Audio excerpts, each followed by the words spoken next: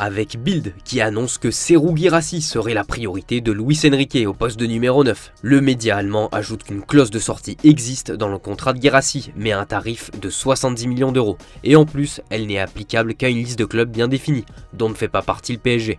Une piste qui peut surprendre, surtout quand on connaît la relation qu'a eu Luis Enrique avec le profil de Randal Kolo Muani.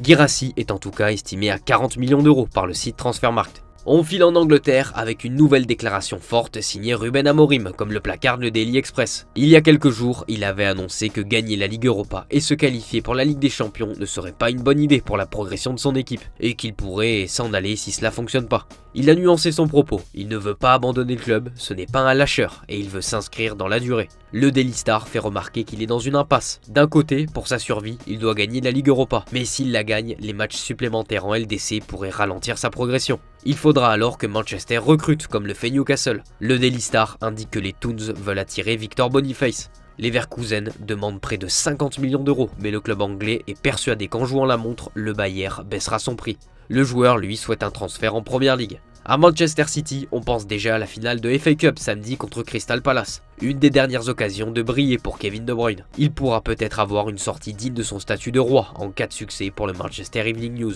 En attendant son successeur, Florian Wirtz, en discussion avec City selon Bild.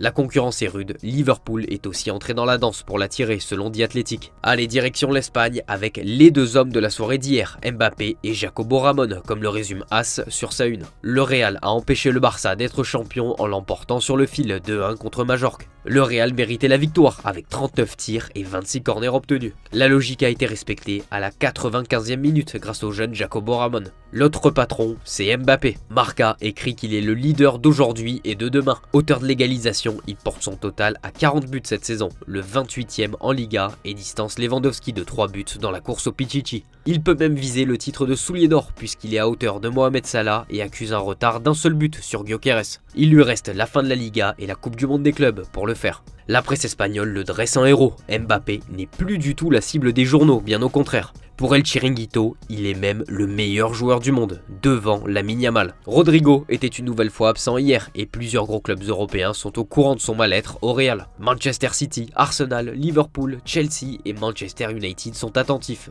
Situation critique également pour Raúl Asensio. Alors, il n'est pas question d'un transfert, mais d'affaires de justice. Le défenseur et 3 anciens coéquipiers sont inculpés pour diffusion